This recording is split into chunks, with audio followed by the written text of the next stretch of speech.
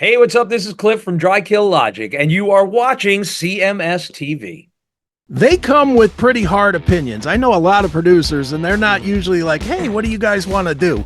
They usually hear what you have, and then they have 400 ideas of how to, in their mind, improve it. Was that comfortable for you guys to bring in a kind of an outsider to work with you and to help guide where you were going? Completely comfortable. Okay. Before we ever brought him in and let him hear any of the demos, we had a honest conversation up front, and I let him know, I was like, look, we are fans of your band.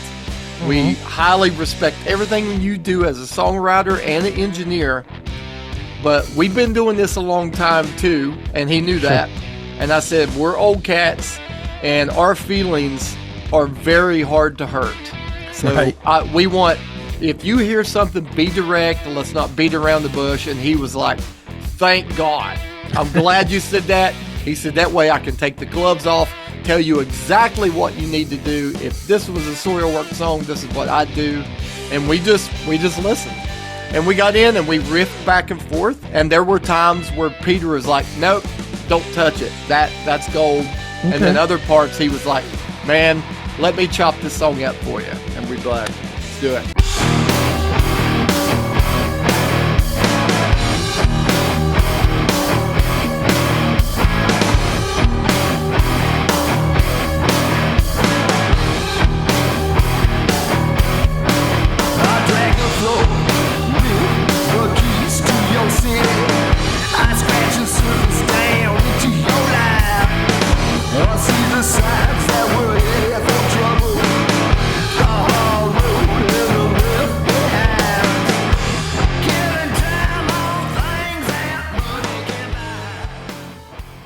Chris Akin Presents, and I, of course, am Chris Akin, and today on the show, we are delving back into the past for me. This is one of those bands that I have loved and have not been able to convince enough of you to love with me, but they are freaking spectacular. They have a brand new release called Harbingers out on June the 13th. The band is Byzantine, and here to talk all about it is the vocalist, Mr. Chris Ojeda. Chris, how are you, man? I'm doing well, Chris. You? I'm great, man. It's great to talk to you. Indeed. As I told you before we started, I have a story. I don't know if you're going to remember this or not, but this is like gotta be 25 years ago. At least 20, maybe 25. Okay, so right at the beginning of when we started. Right. Yeah. Okay. So you hit guys, me with it. You guys were booked to play a cancer benefit, a nut cancer benefit, here in Cleveland at the Odeon. And this was, I believe it was the Tom Green nut cancer benefit. And at the time I was doing the metal show on WMMS, and they asked me to host it, and you guys were the headliners, and we hung out, and me and your band had quite a few drinks before you guys hit the stage. It was a fun night, man. But how long ago was that? Do you even remember that? So if it was at the Odeon, then let me ask you a question. Yeah. Did we have a human drummer? Yes. Okay, so that would have at least been 2004 or 2005. We started playing the Odeon through a guy named, I think his name was DiBiase. Don DiBiase was promoting and booking us there, and we started playing there routinely. So I don't really remember I remember Tom Green having nut cancer, but I don't remember us playing the show benefiting him at all. Maybe that's for the best, but I do remember the Odeon had a really cool green room, and we did always have drinks, and probably too many back there. So, well, you guys are friendly enough to share. I will. Oh say yeah, that. man. I'll still share. Yeah. But I tell you what, that is indicative of us early in our career, because now we barely drink before, right? And back then we would drink way too much before we played. So. Right on. Regretfully so. Well, Well, at least you guys kept it together. You have the band is still intact. You've got this brand new release, Harbingers, out on June the 13th. Let's start there, man. Obviously the band has been together a long time. You're still doing it. What is it that keeps pushing you to do it? Is it just the love to create or what? I guess I'll just stop there. What is it that pushes you guys to keep going? I'll tell you what, for me personally, it is a giant sense of failure that has loomed over my head the whole time. I feel like we are pretty much the Anvil of West Virginia. Okay. And I always feel like we're close. We're on the cusp of maybe breaking out and doing some great things. And it just keeps going and going. So I don't like to fail. I don't like to quit. And that's why I'm 25 years in. We did break up for 5 years. Right. And it was a giant mistake. It set us back probably 10. And it was some of the saddest times of my life. So I've realized I'm a lifer. I got to keep doing it until the wheels fall off. Sure. Yeah. Well, when you brought it back together after the 5 years, 5 years is a long time. People change, lives change, relationships, kids, money, jobs, everything changes. How difficult was it to bring it back together and get everybody kind of on board? It was still a little raw. The breakup, was still a little tender. So we kind of danced around some things, but we did get the exact core group back, the same 4 individuals. And at first it was rad. And we immediately jumped in and wrote our 4th album, which ended up, becoming a huge fan favorite. And I thought we were on fire. But then quickly, where we didn't attack the issues we had first, we kind of just poo-pooed them. They quickly came back to the surface. Right. So we immediately had our bass player leave a year and a half after that. We had to let our guitar player, Tony, go. So it was the best of times. It was the worst of times. Right. That getting back together. Yeah. Sure. Well, moving to now, and since you mentioned Tony came back, right? Tony's back now with on Harbingers, correct? He is. We actually got him in after we recorded Harbingers. Okay. We did crack open the session files and give him a spot to do a guest solo on the title track. Okay. But the album was recorded before we brought Tony back. Sure. Is it comfortable? Because you didn't let Brian go. You just added a member. That's not always comfortable, especially for the guy returning to the band. Has it been? Yeah, it's kind of like telling your new wife that you want to bring your old wife back into the relationship. Right. But the good thing is both Tony and Brian are great friends and they have high respect for each other. So, 2 years ago, we did some 20-year anniversary shows for our debut album, Fundamental Component. And we asked Tony Rohrbough to come back and just play like 2 songs. So we did that. And just the rehearsals for that, we had such a great time, like all of us, just hanging out, cutting up. I particularly loved it because I wasn't playing guitar for those songs. And I just got to sing and witness these 2 great friends of mine who are all amazing guitarists just play together. And we were kind of like, why isn't Tony in the band? What, let's ask him. Right. And so now that we're mature and we've talked things out, everything is as it should be. Sure. Yeah. Now, moving to where we are now, Chris, obviously you have the new record, and to me, just as a fan of what you do, this is probably the biggest creative jump you guys have done from, period to period. I Nice. mean, Just to be clear on that, I mean, for anybody that doesn't know, you guys have always kind of been a blendy band anyway that had some thrash and some like almost groove metal type of a thing in there. But then there was always the progressive side that kind of mixed it around. Yeah. This one here feels, I don't know, a little more direct or a little more on the nose or something. I'm not sure what it is yet. You know, I haven't listened to it 900 times yet, but there's something that changed. It feels heavier. It feels way more focused to me. How does it feel to you? Do you feel like maybe you guys found some focus that you didn't have before, or is it just the way it came out? Or to be honest, like we've always experimented.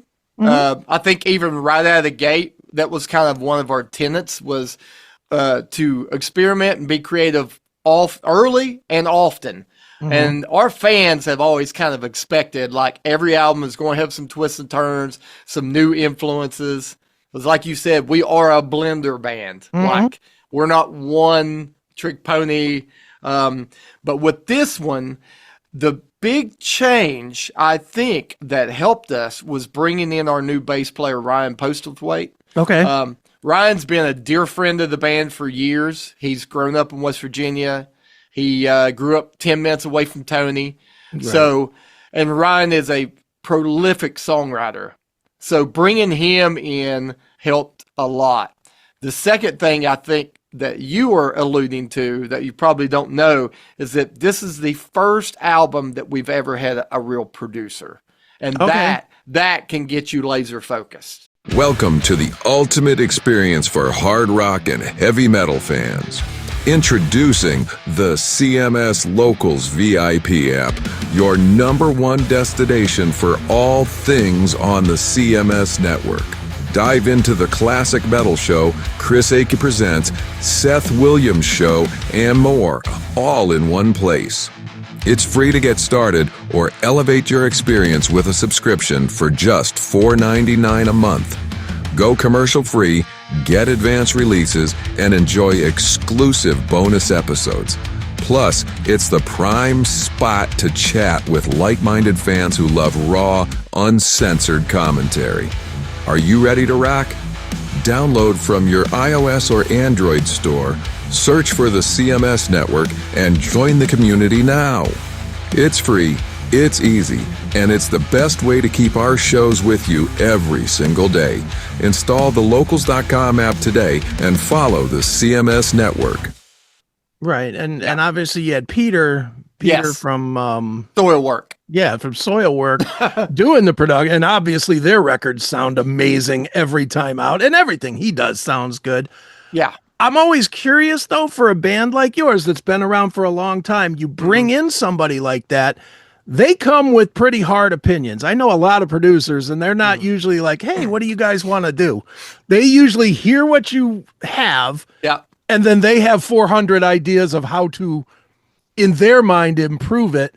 Was that comfortable for you guys to bring in a kind of an outsider to work with you and to help guide where you were going?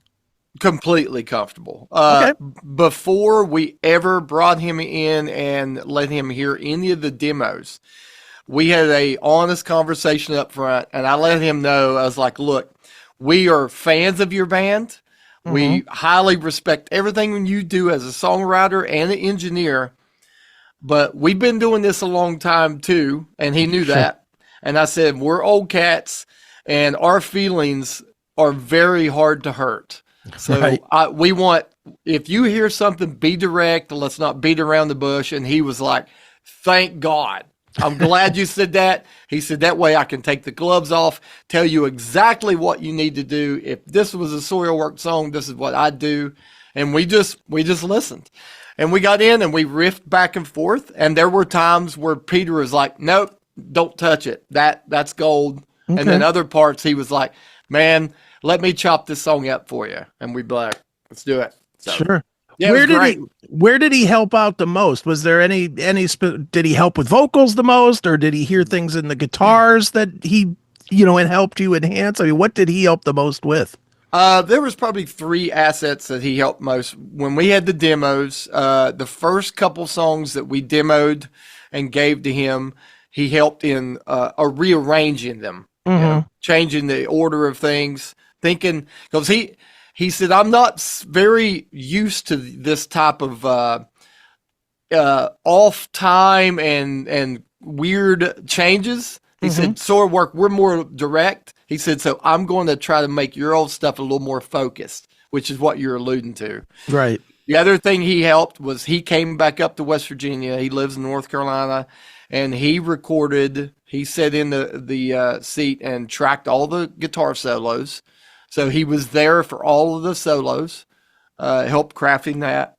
And then just confidence. You know, he helped with our confidence because we spent like 15 months in the studio because things kept going wrong and started running into problems. And he was like, dude, hold it together. You're so close. This is a kick-ass album. So confidence, guitars, and the songwriting process on a couple songs. Once we knew what Peter wanted, the rest of our demos, he started just, nope, that's it. Check it off. Let's go. Right. You know, we started cooking with gas. Right. He definitely kept you guys more focused than maybe you even thought you could keep yourself focused, right? Oh yeah. You leave us undeterred in here and we'll be in here for 3 years. Still plugging up amps. So right. We needed him. Nice. Well, man, looking at the record, I have my favorites, but let me ask you, what is your standout tracks on the record? I really like the closing track, Irene. I like how it has more of an anthemic. I do more singing. It's got a great solo at the end. I love the Unobtainable Sleep, which is the second single that we put out. Sure. Specifically, we have a friend of ours from Russia who did a guest guitar solo on it that's just otherworldly, fantastic.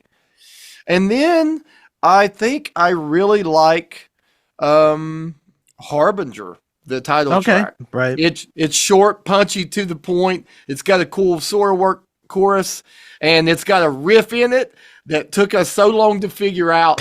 When I wrote it and presented to him, it sounds easy, but it's extremely difficult to count. Sure. I love riffs like that. Riffs that still get you the head knob, but you don't know how to count it. Can't find the one. Yeah. So those are my three. How about you? Top for me is A Place We Cannot Go. Yes. Great tune, just right there in your face. I love it. And then I like the other single that you put out there, Floating Chrysanthemum.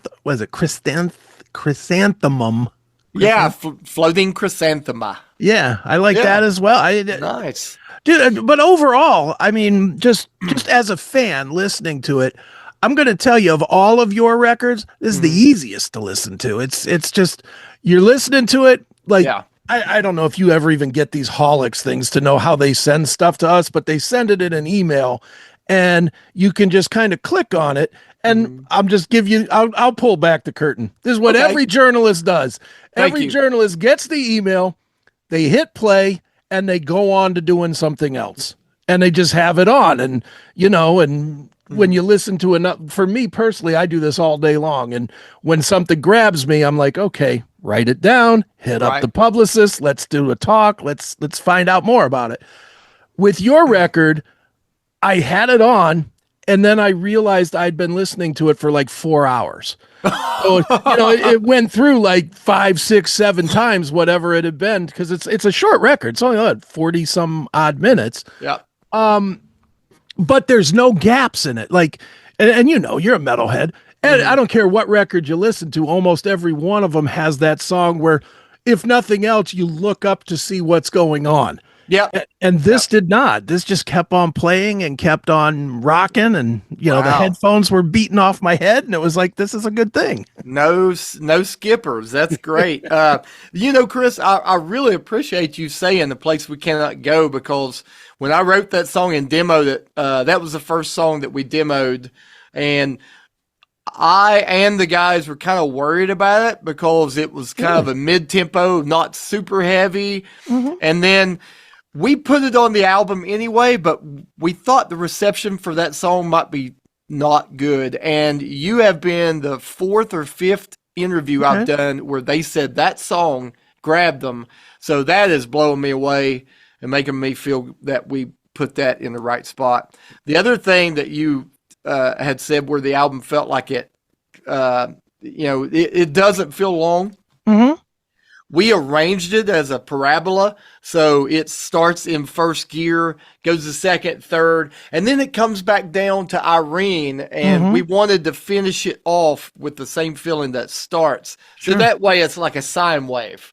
As opposed to, the albums that feel like you're getting on one of those cross trainers and they go up and down and up and down.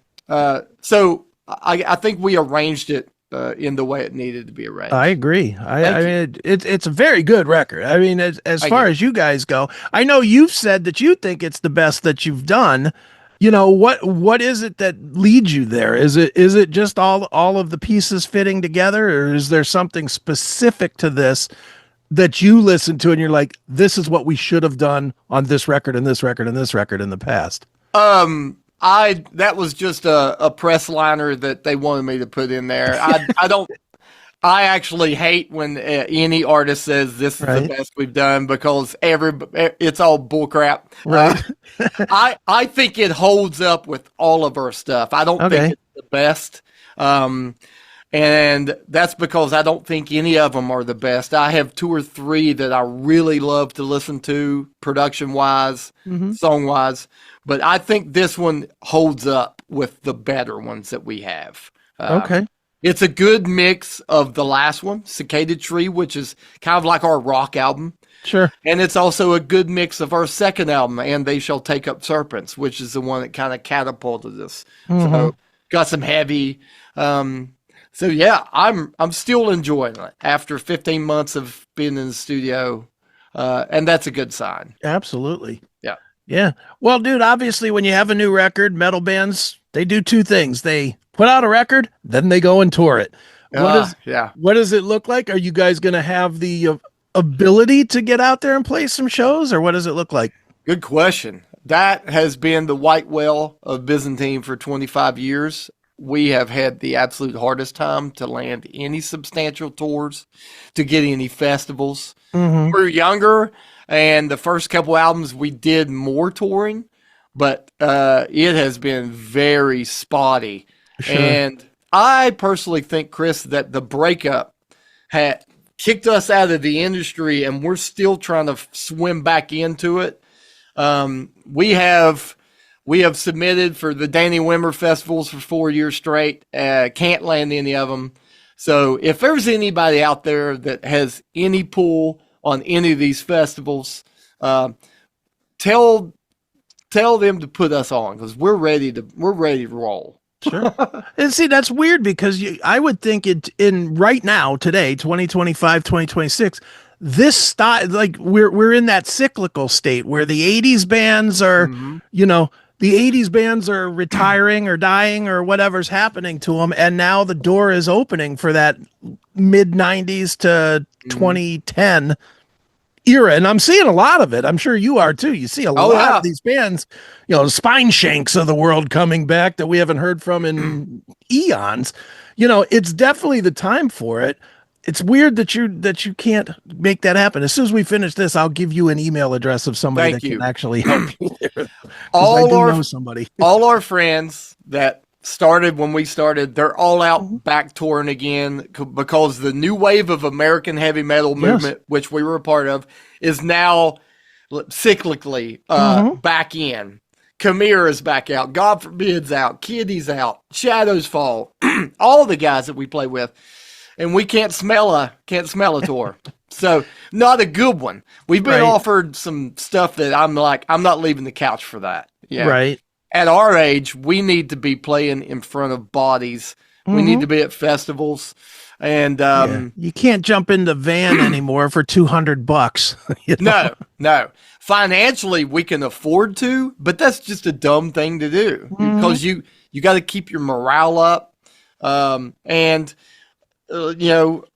It's just not a good look to play empty venues anymore. So we're hoping that this year or next year we can do the European Festival circuit, the Lamb of God boat, Milwaukee Metal Fest. We got to do them all. Yeah, absolutely. Well, and the door should be open for you guys. And this record's certainly not going to hurt it because it's a strong record. But, well, dude, obviously, man, Byzantine is back. Harbingers is the record, June the 13th. We don't tell anybody to go to Spotify. In fact, we tell them don't go to Spotify. We tell them to go somewhere else and buy something. I don't care if it's one song or a hat or a shirt or whatever. Where should we tell them to go for you guys to actually buy some Byzantine merch? Okay. You can first go to metalbladerecords.com and click on our link under the artist page, and you can purchase the album. You can purchase our last album there. Or if you want real Byzantine merch, you go to Byzantine WV, which stands for West Virginia, ByzantineWV.com. That's our standalone page. That has our shows, our merch, and all our social links. Perfect. Yeah.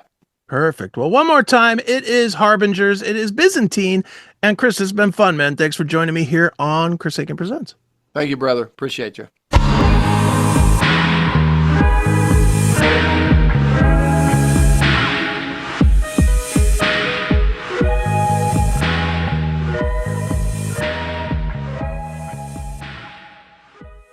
Hey, it's Chris Akin from the classic metal show Chris Akin Presents and the Seth Williams Show, straight from the uncensored heart of the CMS network. We've just been crowned a certified Rumble creator, and that means we're bringing the heat. All our shows, commercial free, baby. Advanced episode drops, sometimes months before the normal release, so you're not stuck waiting. You'll get all this plus exclusive content for Rumble Premium subscribers that'll blow your mind. And with Rumble Premium, you'll get every CMS Network show and all of Rumble's other videos with no ads and no fluff. This is our official home, Rumble. It's raw, powerful, and unfiltered. You want in? Just hit us up at rumble.com/register/classic metal show to sign up for free commenting, chat live, and just your ability to join the chaos of all of our shows. Then while you're there, swing by any of our videos, smash that Rumble Premium button, and level up. Subscribe now. Don't sleep on this. Hit the link in the description.